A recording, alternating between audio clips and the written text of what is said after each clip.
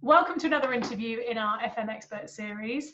Today I'm joined by Hugh O'Neill. Hugh, thank you for joining us. Thanks for sparing the time. Thanks very much, Beth. Thanks for inviting me along. Pleasure. Hugh is the Principal Head of Workplace for Europe, Middle East and Asia at Investcorp. And Hugh, you're going to share with us some of your thoughts around the importance of leadership and teamwork in and around FM. So I'm looking forward to our chat. Over to you. Thanks very much, Beth. Well, when you first invited me to the chat, it was around top tips for entry-level FMs, and I've had a good look at a lot of the interviews you already conducted, and I'm thinking, well, there's not a huge amount I can add to that. You've had some great tips there. What I really wanted to focus on was the importance of teamwork in FM, and this is equally true of for new entries into FM, as well as all of us people that have been around it for probably more years than we care to remember. Yeah. In a nutshell, you cannot achieve anything in FM unless you are working as part of a team. You can't do it alone. You can't go alone. And I think a lot of the concerns with people coming into FM, as a graduate level or just straight from school or career changes, that how do I do all of this? There's so much. I don't know how to do it. Well, the answer is you can't. You really need to be working as part of a team. And if we just focus on team for a minute or two, let's look at what team actually is. It could be and will be those people that are directly around you. It could be part of your in-house team. It could be part of a service provider team. But it doesn't just stop there. Your team will be all of those, plus your preferred service partners in the market. It may be that you've got third-party contractors that are looking after you, whether you're in-house or part of a service provider yourself. These are all part of the FM family. Then you start throwing into the mix all of those great people that you need to do what you do properly, and that's the lawyers, the procurement specialists, your real estate brokers, your surveyors. I'll have missed loads out there, but this gives you a sense of what that wider team looks like in FM. And your ultimate goal is to support the business, provide valuable support to the business, whatever organization that you're in. That's why you're there. And one of the important things to remember around that is, as a team, you can pull together lots of different solutions that the organization that you are working for won't even have thought of. You'll be solving problems that often they won't even know exist. And you can't do that on your own. So I think, one of the top tips, and I've heard this from others before, is that don't be a rabbit in the headlights. Ask for help, ask the people around you, and work as part of that team. And that way that you will achieve great results. So team is critically important, but what's linked directly to team is leadership. And I much prefer using the term leadership to management. As far as I'm concerned, you manage metrics, not people. You manage contracts, not people. And leadership can manifest itself in many different ways. You will have those leaders that are very senior C-suite leaders. You will have leaders in FM, functional department heads.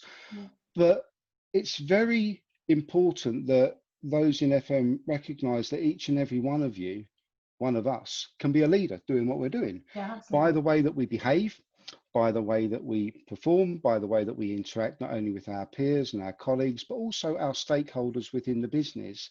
And FM is probably one of the only disciplines that I can think of that provides those sorts of opportunities on a day-to-day basis. We never know what's going to happen day to day. We like to pretend we do, but we don't. Absolutely. I mean, we put in place all of these lovely frameworks and guiding principles, but ultimately how you react in any given situation at that moment in time can determine how well or not you come out of that situation and what sort of impact, positive or negative, you have on the organization.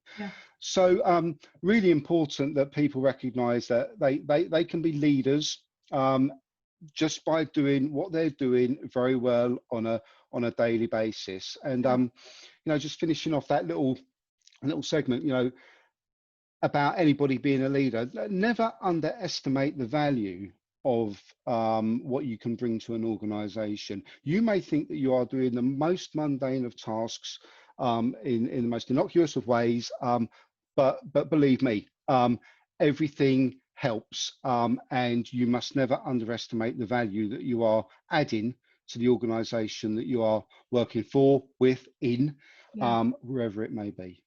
Do you know what, Hugh? I think that's such an important point, and I really like your term FM family, because you're right. You know, you don't have an FM team of one person, and even though I run training courses and I have FMs feeling overwhelmed and they say, God, I've got to do all of this, but actually they haven't. I always say to them, you haven't got to do everything. You've got your service partners, you've got your, you know, actually look at who else you've got who can help you. You know, it's not all just sitting on your shoulders, and every single person in the team, whatever level they are, is making a difference, aren't they? You know, is enabling that building to open, or that service to be provided, or that hospital to run, you know. Yeah, no, love that. What else have you got for us? That's brilliant so far, thank you. Okay, so I mean, if we look a little bit more widely as well, the opportunities that FM presents can feel quite insular. You're in your organisation, you're in your region, you're in your country, whatever it might be. Really important to realise that FM is global. Yeah. There's opportunities out there everywhere, and you will have peers, you will have colleagues potentially in other countries if you're working in organisations that have a global presence. Yeah. But equally, if you're not working in those organisations, there's career paths and opportunities for you. I mean, I'm living proof of that.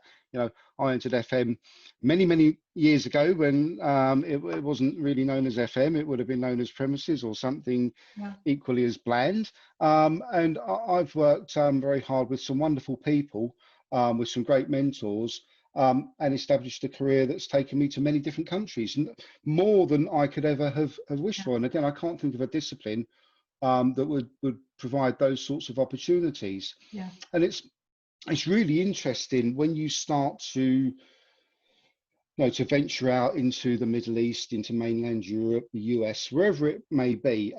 There will be different laws, different regulations, different in some places, you know, state to state, there will be different bylaws that you have to adhere to. Yeah. What you'll find is that those people that are committed to FM and are really wanting to be in FM and understanding what they're doing in FM speak the same language as you, and they will speak a language that no other discipline will understand. And it comes back to, you know, all being in this together, you know, the FM family, you know, they know what it's like to be woken up at 3 o'clock in the morning because the building is flooding, or because the security guard has locked it, or there's a lift entrapment, or, you know, it's Christmas morning and something's gone horribly wrong with the fire alarm. They get all of this. So, I've had all of those. I'm nodding as you say. We've all been there. We've all been there. So I think it's really important. And again, maybe going back to entry, but not just entry, but those people that have been through the ranks a little bit. Look at those opportunities out there. Reach out to people. Use platforms like LinkedIn. You know, it's a wonderful source to engage. And I know there's many more platforms out there that you can use, but open a conversation, talk to people. If there's one thing that we love doing in FM, it's talking about what we do to those that actually understand it. Yeah, because you're right. Yeah, most people haven't got a clue. Yeah, I always used to say, when I used to run the conferences in the Southwest region, and we'd have 120 people from all around the Southwest, I'd say it's like a therapy group, really. It's just FMs going, oh my God, I get that. It's really nice, isn't it? Talking the same language. Yeah, I get that. Absolutely. Yes. So look, I would just finish off that little segment there by saying that the world is your oyster in FM, really.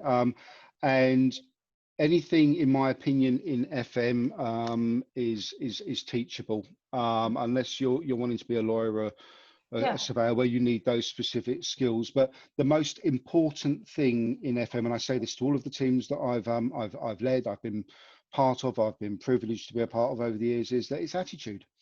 If you have the right attitude and the right focus and the right determination, the sky's the limit in terms of what you can do in FM. And you know, it's been my great pleasure, you know, leading teams, developing teams, mentoring teams, and turning individuals into people that can work together as part of a wider group, as opposed to just silos. And that's where I probably get one of my greatest pleasures from being in FM, because it's all about people. Yeah, it is.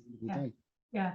You know what, if I had to pick a common thread from each one of these interviews, it comes back to people, it comes back to communication, you know.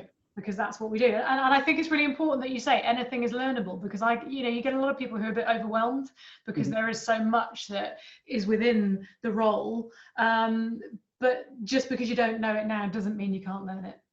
No, absolutely. And I would really encourage everybody, even those, those fine graduates that come through, get into the post room, get into the print room, get into the maintenance area. Do a shift or two, get under a desk, start plugging in some IT equipment, that will help you really understand what your teams are facing. But when the chips are down and you're 8 hours away from opening a building, and things have gone slightly wrong, you're another pair of hands that can get in there and lead by example and do the doing. That's what FM's all about, getting the job done in the right way. So really, be curious. Don't just sit in an office somewhere reading a textbook. Get in and do it. It will make your journey through FM all the more pleasurable, and you'll feel far more confident in what you're doing. I agree, and I also think if you then move into a leadership role as a leader, you get far more respect if you've done some of these things yourself, or at least you've experienced them. So Hugh, we're at 11 minutes. I knew we'd go quickly, but I think you've given us some absolutely brilliant points and some really good examples. And I think your role now is obviously so broad and it's global. The fact is, like you say, the FM family is global and the opportunities are vast, aren't they? And you're living proof of that. So very inspiring. Thank you very much. Thank you genuinely for sparing the time. I know how crazy busy your life is, so I appreciate it. Thank you. Well, thanks for the invite again. It's been a pleasure. Thank you, Beth.